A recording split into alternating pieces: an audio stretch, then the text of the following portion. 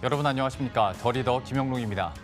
세계 최대 전자상거래 기업하면 어디가 떠오르시나요? 바로 아마존이죠. 4차 산업혁명 시대에 주목받는 클라우드 컴퓨팅 플랫폼 시장에서 세계 1위의 점유율을 차지하고 있기도 한데요. 오늘 더 리더는 미국 아마존의 클라우드 컴퓨팅 사업부죠. 아마존 웹서비스 코리아의 윤정원 공공부문 대표와 함께하도록 하겠습니다. 이 아마존 웹서비스의 클라우드 컴퓨팅 사업 현황과 또 전망에 대해서 이야기 나눠보도록 하겠습니다.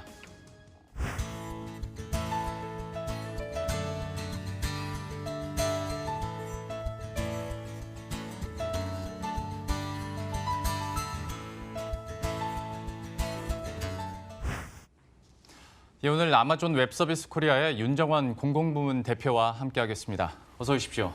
네, 반갑습니다. 예, 반갑습니다. 먼저 저희가 이야기를 풀어나가기 전에 개념 정리부터 한번은 해야 될 것 같습니다. 클라우드 컴퓨팅이 어떤 일을 하는 건지, 그리고 왜 아마존이 이 사업에 뛰어들게 됐는지도 한번 설명을 해주시겠어요?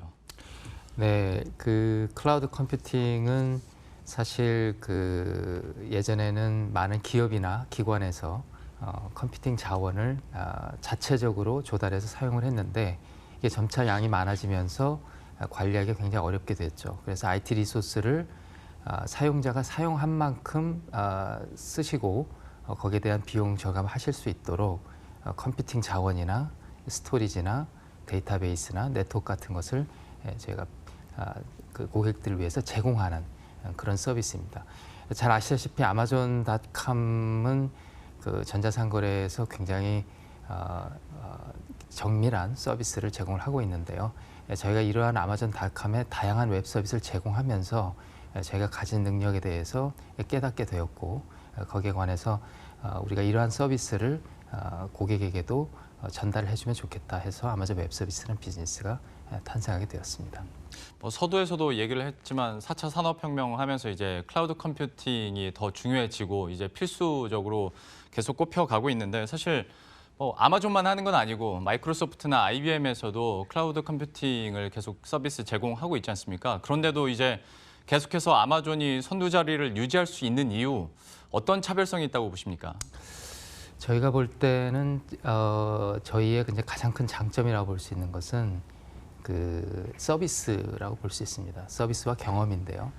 2018년도만 하더라도 저희가 발표한 그 서비스가 1957개, 거의 2000여 건 가까이 되는 서비스를 저희가 발표를 했고 이러한 서비스에 발표된 서비스의 90%는 고객이 요구한 서비스입니다. 그래서 저희는 고객의 요구를 가장 빨리 대응하고 공급하는 굉장히 고객 지향적인 회사다 이렇게 보시면 되겠고요. 두 번째는 저희가 서비스 외에도 그동안 클라우드 컴퓨팅을 시작하면서 굉장히 오랜 세월 동안 고객 중심의 서비스를 하면서 쌓아진 경험이 다른 회사들과는 비교하지 못할 만큼 월등히 많다 이렇게 보시면 되겠습니다. 또한 저희 회사와 같이 그동안 일해왔던 수많은 파트너 에코시스템이 있습니다. 그래서 수만여 개의 회사의 파트너 에코시스템을 통해서 다양한 클라우드 컴퓨팅을 통한 서비스를 받으실 수 있고요.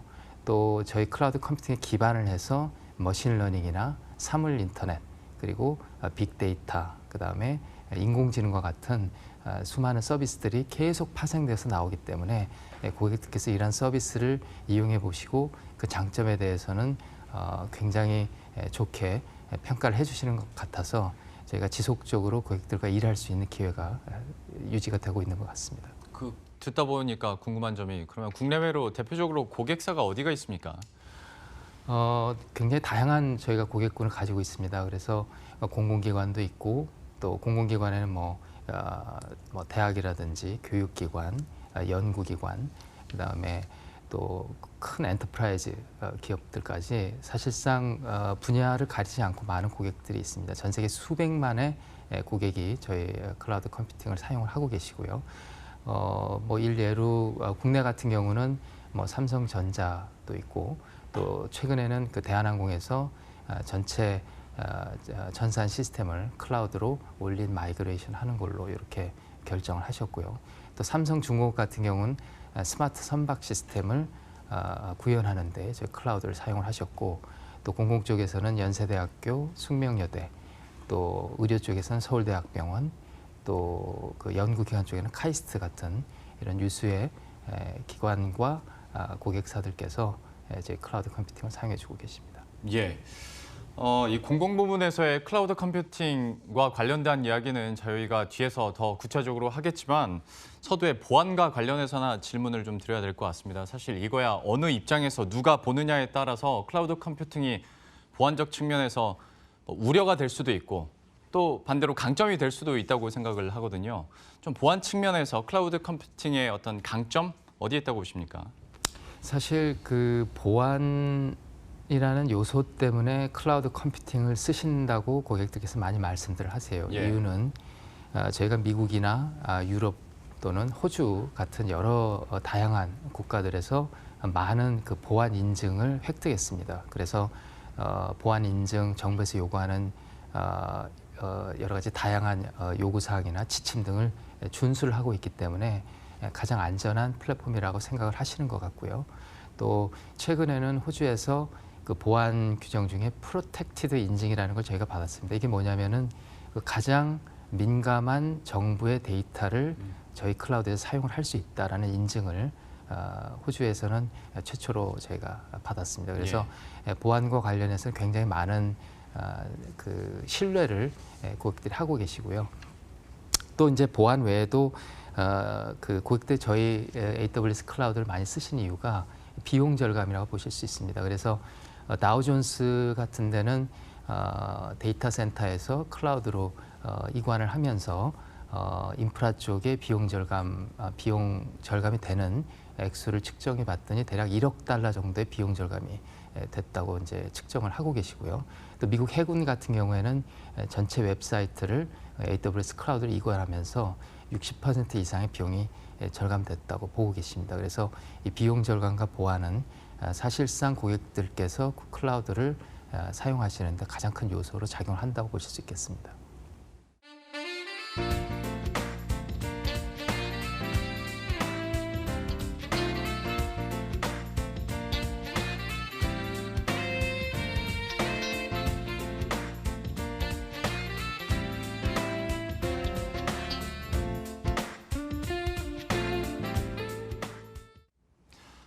예, 그럼 이번에는 윤정원 대표가 맡고 있는 아마존 웹서비스 코리아의 공공부문 그 사업과 또 클라우드 컴퓨팅에 대한 전망들 이야기 나눠보도록 하겠습니다.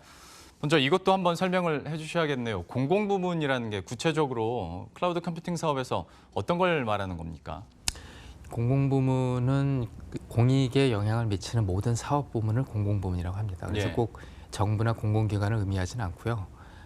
뭐 에듀케이션도 해당이 되고 또 의료, R&D, 그다음에 또 뭐 비영리 기관, 뭐 공공금융이나 방송도 공공부문 사업 영역에 해당이 된다고 보실 수 있겠습니다. 예.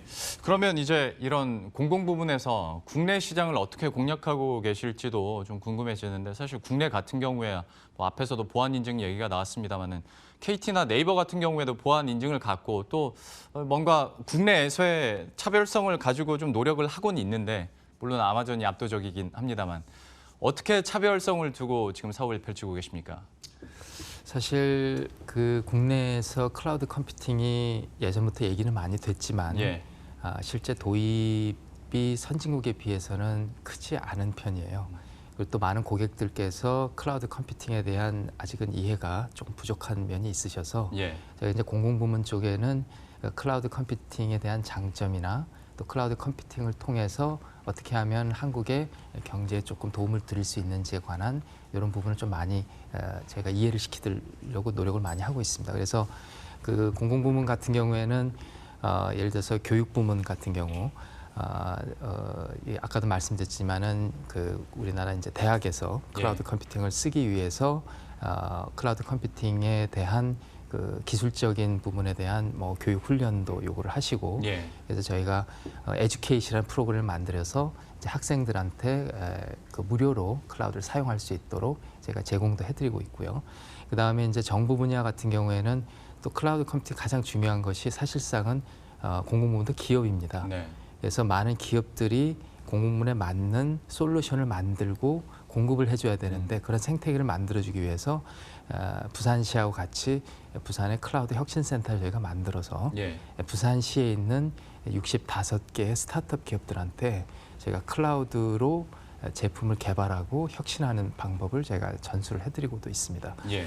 그리고 또 R&D 같은 경우에는 이제 아까도 잠깐 말씀드렸다시피 카이스트 같은 이런 유수의 기관들에서 다양한 부분으로 그 연구 개발 활동을 제가 지원을 해드리고 있고요.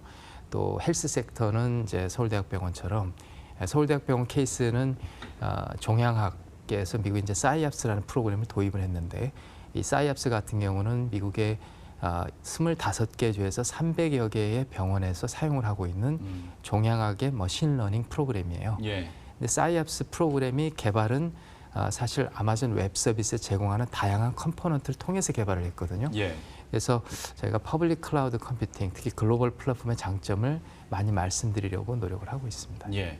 자, 이렇게 듣다 보면 클라우드 컴퓨팅이라는 게 그러니까 보수적으로 어떤 저장소의 느낌이 아니라 사실 아마존 웹 서비스에서 제공하고 있는 서비스를 보자면 그냥 인프라 자체를 좀 기업들에게 제공을 하고 있다라는 생각을 하게 되는데 실제로 앞에서도 잠깐 나오긴 했습니다만 외국 기업들은 그러면 좀 적극적으로 클라우드 컴퓨팅을 도입을 합니까? 지금 외국 기업들 같은 경우에는 뭐 정말로 많은 기업들이 사용을 하고 계시고요. 뭐 일례로 우리가 잘 알고 있는 넷플릭스나 예. 우버, 에어비앤비 같은 이제 4차 산업혁명의 선도적인 기업들은 다 AWS 클라우드를 현재 사용을 하고 계시고 또 전통적으로 굉장히 이제 큰 기업인 그 제너럴 일렉트릭 같은 경우도 9,000여 개의 어플리케이션을 클라우드 컴퓨팅 저희 환경에서 개발을 하고 계세요. 예. 그러니까 아까도 말씀드렸다시피 저희 회사는 이러한 시스템을 빌딩하는 빌더를 지원하는 회사거든요.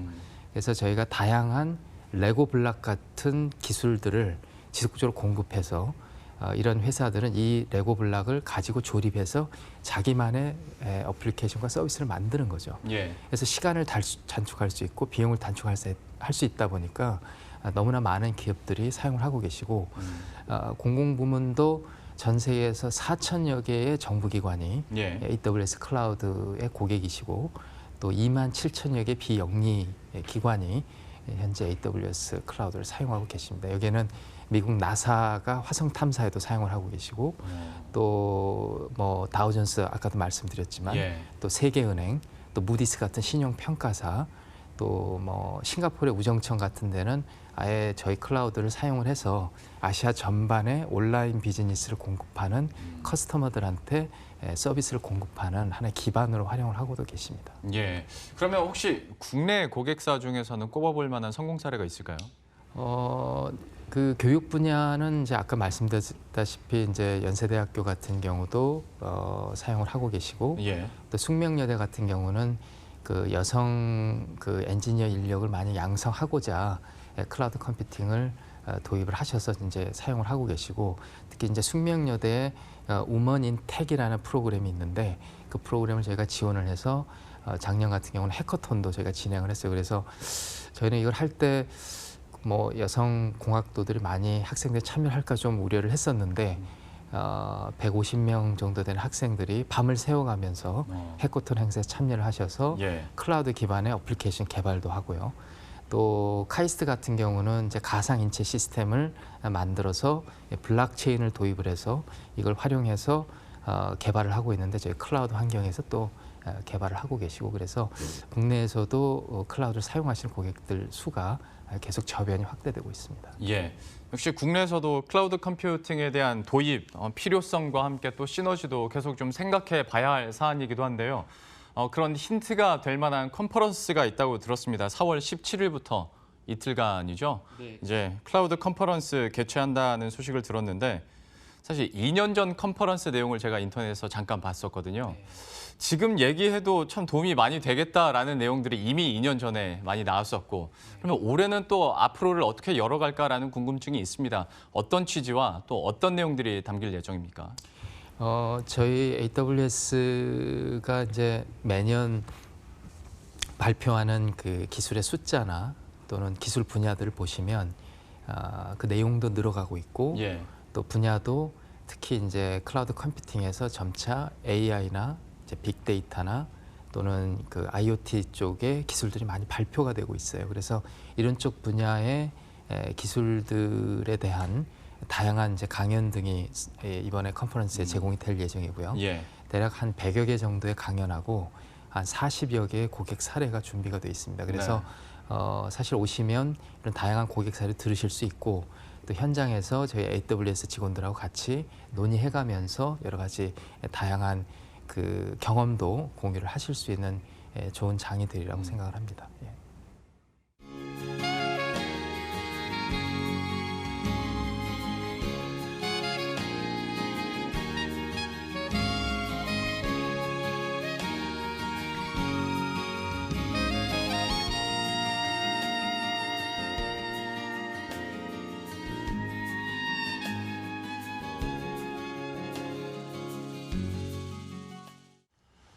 예, 그러면 이번 순서에서는 윤정원 대표의 인생 이야기들 한번 해보도록 하겠고요. 또 앞으로 청년들에게 남길 메시지에 대한 내용들도 잠깐 물어보도록 하겠습니다. 이력봤더니 한국정보화진흥원, 예, 여기서도 글로벌 본부장 역임을 하셨고 글로벌 전자정보 아카데미도 설립을 하셨고 단장 역할도 이 안에서 하셨더라고요. 과연 이 20년 동안의 한기를 파셨는데 좀 기억에 남는 에피소드나 혹은 성과가 있습니까? 지금 돌이켜보면 저는 굉장히 운이 좋았던 것 같습니다. 이유는 뭐냐면은 한국이 IT로 주목받기 시작했던 그 무렵에 활동을 했었고 예. 그렇기 때문에 정말로 그 뭐 전자정부 사업이든 뭐 초고속망 구축 사업이든 다양한 분야에 몸담을 수 있는 기회를 주셔서 정말로 즐겁게 일을 했었고요. 또 지금은 이제 K-팝이나 뭐다 해서 한류가 많이 있지만 네. 사실 저는 개인적으로 한류의 시작이 IT가 아닌가 싶어요. 그래서 2000년대 초반부터 한국 IT가 굉장히 이제 발전되면서 많은 나라에서 이제 한국 IT에 대한 경험을 공유받고 싶어 해서 그때 이제 해외 진출 지원을 위해서 다양한 여러 국가 우리 기업 간의 이제 창구 역할도 많이 했었고 또 그 다양한 해외 공무원들이 한국에 방문해서 이제 연수할 수 있는 기회도 줬었고 이런 것들을 계속 반복을 해서 하다 보니까 이 ICT에 대한 그 한국 경제의 사실 근간이 ICT였고 그런 분야에 대해서 제가 AWS에서 일을 하게 됐지만 예. 이 분야에 계속 기여하고 싶다라는 생각을 계속 갖게 된 계기가 그 20년간의 일을 했던 경험이었던 것 같아요. 물론 앞으로 계획하신 게 지금 이루신 것보다 더 많을 거라고 생각을 합니다. 그런데 또 한편으로는 이 자리까지 오셨으니 인재 양성에도 신경을 써야 되겠다라는 생각도 들고 관련해서는 어떤 노력하고 계십니까? 사실 그 아마존 웹 서비스에서 가장 중요하게 여기는 것 중에 하나가 그 인재 양성입니다. 예. 왜냐하면 이 4차 산업혁명에 저희가 가장 필요한 것이 사람이거든요. 그래서 특히 그 키가 되는 부분이 데이터인데 데이터를 모으고 분석하고 가공하고 활용하는 이 모든 일련의 과정을 지원해 주는 건 그 컴퓨팅이지만 예. 실제 그것을 프로세스화해서 추진하는 건 사람이거든요. 그래서 정말 훌륭한 인력이 많이 배출되지 않으면 이런 에코시스템 지속적으로 발전되기가 어렵겠다. 그래서 저희가 이제 에듀케이트라는 프로그램을 만들어서 전 세계 200여 개국에서 수십만 명의 학생이 여기 가입이 돼 있어요. 예. 그래서 저희가 학교나 이제 다양한 교육기관에 클라우드 컴퓨팅을 사용할 수 있는 그런 저희가 그 크레딧을 제공을 해서 무료로 학생들이 사용할 수 있도록 또 지원도 해드리고 있고요. 또 이제 에듀케이션이라는 프로그램 안에 커리어 패스라는 그 프로그램이 있어서 12가지의 직업군이 안에 쭉 나열이 돼 있어요. 그래서 네. 클라우드 아키텍트, 뭐 데이터 애널리스트 이렇게 돼서 학생들이 자기가 에듀케이트 프로그램을 통해서 교육받은 것을 실제 이 커리어 패스에 어디에 맞는지를 확인해보고 궁극적으로는 이 에듀케이트 프로그램을 통해서 잡 어플라이까지 가능할 수 있도록 하는 일련의 그 선순환 구조를 만들려고 굉장히 노력을 하고 있습니다. 그 외에도 이제 에듀스타트라 그래서 그 에듀케이션 쪽에 집중하고 계신 그 기업들이 계시거든요. 교육 기업들. 교육 기업들이 클라우드 환경에서 학생들을 그 교육 서비스 할 수 있는 그런 다양한 기술도 제가 제공을 해주기 위해서 노력을 하고 있습니다. 예. 요즘 같은 취업난에 공룡기업 아마존이 인재 양성에 가장 신경을 쓰고 있다고 하니까 한편으로 또 좀 안심이 되기도 하고 혹시 대표님께서 우리 청년들에게 그러면 좀 개인적으로 하고 싶은 말이 있다면 어떤 게 있을까? 한마디 조언을 좀 들어보고 싶은데요. 요즘 너무 힘들다만 하다 보니까 좀 이쪽 부분에 역량을 키우다 보면 좀 4차 산업혁명 시대에서도 함께 좀 같이 갈 수 있지 않을까? 관련해서 이런 조언들 한마디만 해주신다면 뭐가 있을까요? 그 세계 경제 포럼에서 발간한 그 보고서가 있는데 예. 이제 일자리 관련된 보고서인데 거기에 의하면은 앞으로는 이제 클라우드 컴퓨팅이 대세가 될 거다. 또 여러 곳에서 이제 많은 얘기들이 나오는 게 현재 있는 일자리들의 많은 부분이 미래에는 존재하지 않을 거다. 이런 내용들이 계속 나오거든요. 예. 그래서 이제부터는 사실상 데이터 중심의 사회가 되고 데이터를 잘 알고 잘 다룰 수 있는 분이 궁극적으로는 미래가 요구하는 인재가 될 것이다. 그래서 AI나 IoT나 빅데이터나 모든 부분의 근간이 사실 클라우드 컴퓨팅이고 네. 클라우드 컴퓨팅이 없으면 사실 이 분야는 존재할 수가 없어요. 그렇기 때문에 클라우드 컴퓨팅이 시작점이라고 보기 때문에 그래서 이런 쪽에 관심을 갖고 노력을 하신다면은 굉장히 많은 그 기회를 얻으실 수 있을 거다. 특히 미국에서 조사한 내용에 의하면은 가장 디맨딩이 많이 되는 5개의 자격증에 AWS의 클라우드 아키텍트 자격증이 들어가 있거든요. 예. 그래서 그만큼 현재 많은 요구를 받고 있는 직종이기도 하고요. 그래서 본인이 꼭 아키텍트가 아니어도 다양한 직종에서 이런 걸 활용할 수 있는 부분에 대해서 관심 많이 갖고 계신다면은 미래에 원하는 인재가 될 수 있지 않을까 이런 생각이 듭니다.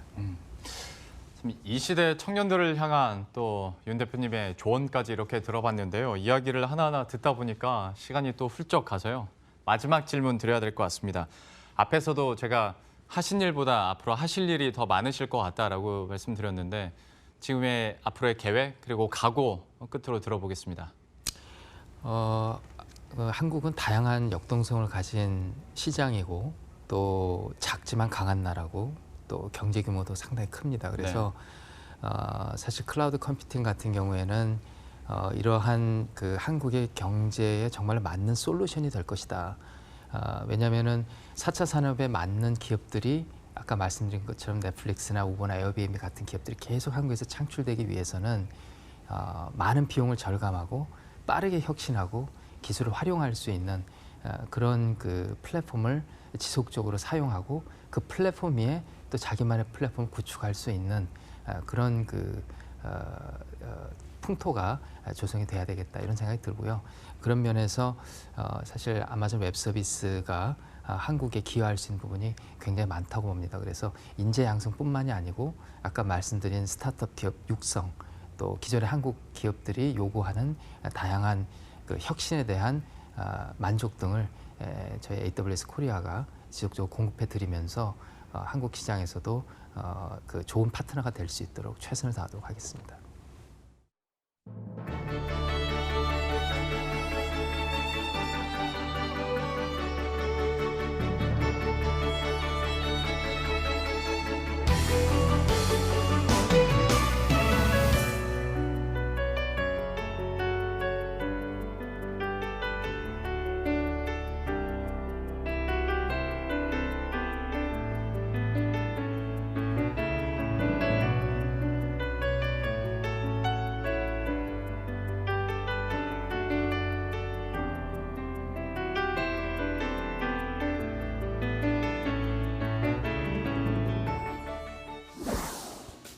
예, 이렇게 해서 오늘 더 리더에서는 아마존 웹 서비스 코리아의 클라우드 컴퓨팅 사업 현황을 들어봤습니다. 더불어서 4차 산업혁명 시대 인재 양성을 위해 한국 시장에서 어떤 교육에 앞장서고 있는지도 알아봤는데요.